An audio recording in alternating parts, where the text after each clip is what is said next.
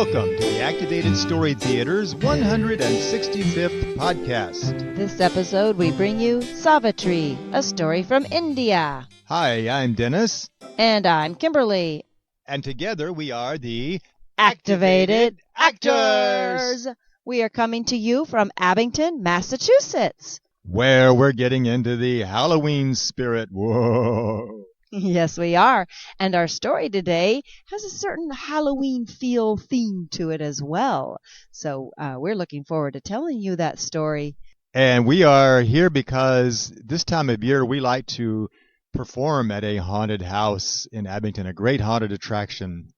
It is the 25th year for this haunted attraction that we are performing at, and it's been voted #1 in Massachusetts. And we have a lot of fun making people jump and scream, and it is so much fun. Yes, when I say perform here, I don't mean doing one of our regular shows. I mean dressing up as spooks and scaring the wits out of people. And maybe you're visiting a haunted house in your neighborhood and going trick-or-treating this year and having some fun this Halloween season. Other than that, we've been looking at all the leaves turn beautiful colors, oranges and reds, and I don't know how people drive through all the beautiful leaf foliage and not have accidents because it is so beautiful and so distracting. Maybe they do have more accidents this time of year. I don't know. But we actually went up to New Hampshire a few days ago and saw the leaves up there. They kind of differ from state to state. Right. I think that Vermont and Connecticut have the most beautiful leaves in this neck of the woods. Ha, ha, ha, ha. We are still in New England, but we will be heading south for the winter. We have some shows coming up in Connecticut in November, and then we'll be down in South Carolina for this December season, and we will catch you up with everything that's going on later. We have a story from India this month, just because. And I think you're going to enjoy this story. The story is Savitri, a story from India. Long ago in India, there was a girl named Savitri who lived with her parents. Since her father had become blind years earlier, they had become rather poor.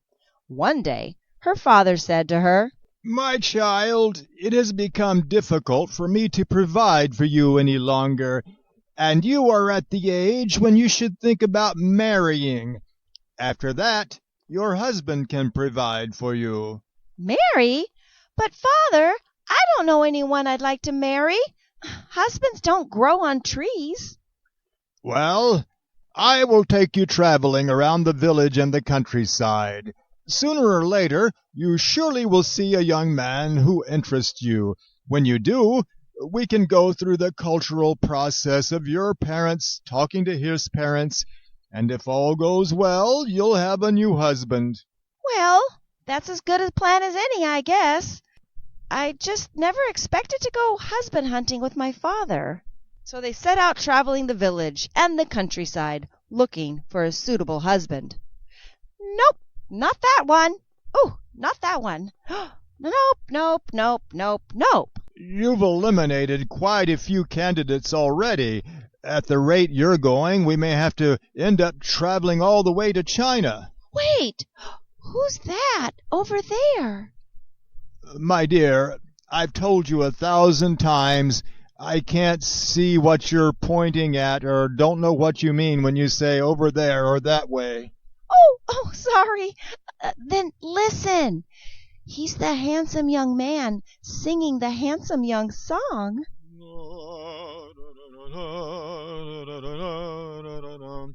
"Ah, him. His name is Satyavan." "Then Satyavan is the one I would like for my husband." "Oh, no. You don't want him." "Why not?" Well, I hear he snores." "Oh, then I'll get some earplugs." "But, his feet are too big, and they probably smell, too." "Well, those are all things you can learn to put up with. That's what marriage is all about. Father, what has gotten into you?" "What do you mean?" "You're trying very hard to find fault with him." I just want my little girl to be happy, that's all. Come on, I know you better than that. There's something you're not telling me. Now, out with it. Okay. The thing is, I have this soothsayer friend, you see, and the other day he was saying some sooth to me, and one thing he mentioned was that this Satyavan fellow is going to die within a year or so. Oh, come. What does a silly soothsayer know? He's never been wrong yet. Well, except maybe for the time that he predicted his next prediction would be wrong. I'm really not sure how to score that one yet. Well, I think it would be a shame to let fear stand in the way of love. Satyavan is the one I want for my husband, if he will have me. Okay. I know how stubborn and determined you can be, and I hope it's not too much of a spoiler alert if I say that someday that determination and stubbornness will pay off. Your mother and I will speak to his parents, and his parents will speak to him, and he will speak to us, and we'll all speak to each other. And so they did. And Savitri and Satyavan did indeed get married. Now, I wish I could tell you that they all lived happily ever after, but if I did, our story would be over much too soon. Oh, they were certainly happy enough for a while. But as time passed, Savitri started remembering what her father had said. Gee, you don't suppose there's really anything to that soothsayer business, do you? She said to no one in particular, but she worried about it more and more. She became concerned about everything he did. When he started to ride his horse, you're not going to actually get on the horse, are you? I don't know of any other way to ride it without getting on it. But you might fall off and hurt yourself. Don't be ridiculous. I've been riding horses since I was a child, and this is the gentlest horse in the world. Even so, there's a first time for everything. Relax, I'll be fine. And when he went bathing in the river, you're actually going to get in the river? It would be pretty hard to get wet otherwise. But you might drown and hurt yourself. The water is only 2 feet deep. Oh, but a crocodile might eat you. Crocodile? Don't be ridiculous. There haven't been any crocodiles found in this river. There you go. They might still be hiding, just waiting for you. You really are acting weird these days. It got to the point that she was worried about just about anything he did. What are you doing with that feather?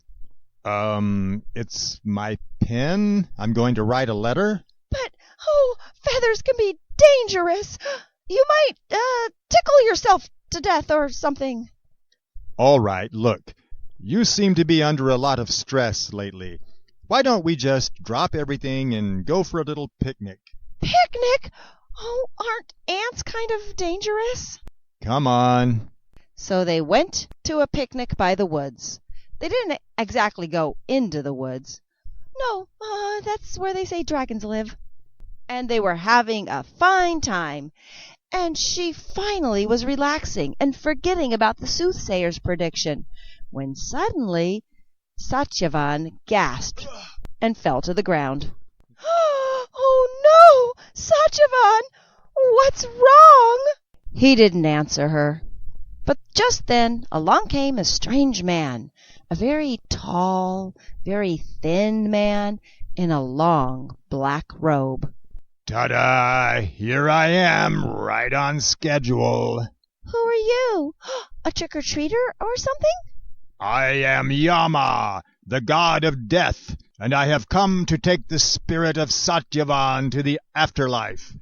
Oh no! You mean the soothsayer was right? Evidently.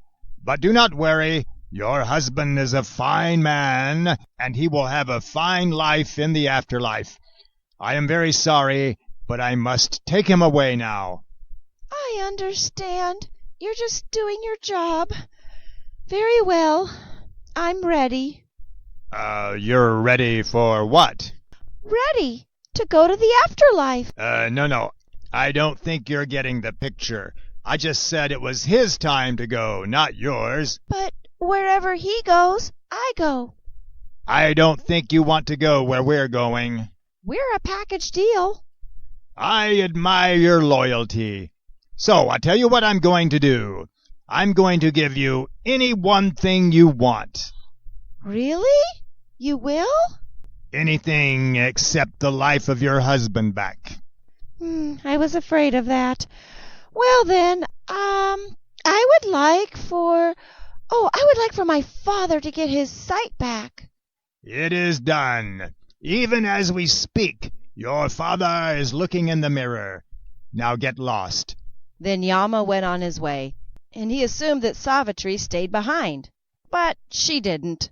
She followed along behind them through the woods for a long way. Soon they came to a wide, raging river. You! I thought I got rid of you. Why are you still here? Because you still have the spirit of my husband. That's right. And I'm going to keep it, so you might as well pack it up and go home. Sorry, no can do. The only way you'll get rid of me is to kill me, in which case I'd still be coming along. Oh, that's a good one. I'll have to write that down. But you are a very foolish woman. Still, I admire your courage. So I tell you what I'm going to do. I'm going to grant you another request. Anything you name except the life of your husband. That one is still off the table. In that case, I would like for my parents to have more children. I've always wanted brothers and sisters. It is done. Even as we speak, you have a brother on the way. I hope your new siblings will make you very happy. Now, if you'll excuse me, I have work to do. So Yama continued on his way, thinking that he had left Savitri behind. But again, she followed him. Soon he came to a high cliff and prepared to climb down. Then he looked behind and noticed her. Huh? You're still following me? I've been following you all along. You wouldn't make a very good spy, would you? Okay, this has been fun, but I really must insist that you turn back. And I must insist that I insist on persisting rather than desisting. You really are very, very stubborn, aren't you?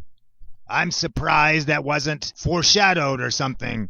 Well, I admire you for your stubbornness. So I'm going to grant you one more request. Anything but the life of your husband, of course. Anything at all but that, as long as you agree to stop following me. Very well. Then what I request is that I also have children with my husband, Satyavan. It is done. And now you can go back home because... Wait a minute. Did you just say, have children? With Satyavan? That's right. Plural, children. And you said, it's done. Review completed. But that can't happen unless Satyavan is alive. Bingo! And you agreed to it. I've been tricked. Not only are you very loyal and very courageous and very stubborn, you're also very clever. Very well, I know when I've been defeated. But it's only temporary. I'll get Satyavan yet someday, and you too. I know that. Just make it not for a long time yet, if you please. For someone as loyal and courageous and stubborn and clever as you, I think maybe I can swing that. All right. I am releasing Satyavan's spirit to make its way back to him, and you'd best do likewise before he wakes up. This time, I'm ready to turn back. So she rushed back to where her husband lay, just in time to see him awaken from his long, deep sleep. Boy, that was very strange. All of a sudden, I just fell asleep, and slept for a really long time. Hey, why are you so out of breath? I just decided to get a little more exercise, and I went running while you were napping. Well, I don't know if it's such a good idea to run through the woods alone. You could catch your death. You're telling me. When they got back home, everything was just as Yama had promised. Savitri's father could indeed see, and her mother was indeed expecting a child. Savitri and Satyavan did indeed live happily ever after and had several children. And for a year, Satyavan had a strange story to tell. So I just fell asleep right there inside the forest in the middle of a picnic. And I had this really weird dream like you wouldn't believe. And that's the story of Savitri from India. That story comes from the Mahabharata. I hope I can pronounce it correctly. Mahabharata, the national epic of India. I suppose there's several other stories in that as well. There absolutely are, yes. We may get to some more of them later on. That was a very interesting story. We hope you enjoyed it. As I said, we do have some live performances coming up of our current production, which is titled Tales of Foot. And there are 4 stories in Tales of Foot, including The Gingerbread Man, The Tortoise and the Hare, Stormalong Races the Steamship, and Racing the Troll. Racing the Troll, which is a story from Scandinavia. So in any show that you see right now, 2 of those stories are performed. And our next show will be Monday, November 7th at the Byram Schubert Library in Greenwich, Connecticut at 3 p.m. So if you are anywhere near Greenwich, Connecticut, we hope you can make it to that show. Not too many public shows right now. Most of them are at schools. But if your school is anywhere in New England and along the East Coast, we are available in this area from now through December. And then we will be heading west. So if you've got a school anywhere west of the New England and the East Coast, we can catch you at some point in January, February, March, or April. And that's it for this time. Yes, I think so. I hope you enjoyed the story. And we'll catch you next time. Looking forward to it. Stay activated. Activated Story Theater is committed to bringing fun, educational shows to schools and libraries nationwide. On stage, we use physical comedy, American Sign Language, imaginative props, and a giant, oversized book to bring multicultural folktales to life. For booking information, check out our website, activatedstorytheater.com, where you can also find out when the activated actors will be performing near you. Read a story or order one of our audio CDs. You can subscribe to this podcast on iTunes or listen on Stitcher. We look forward to your comments and folktale suggestions. Stay activated. Until next time.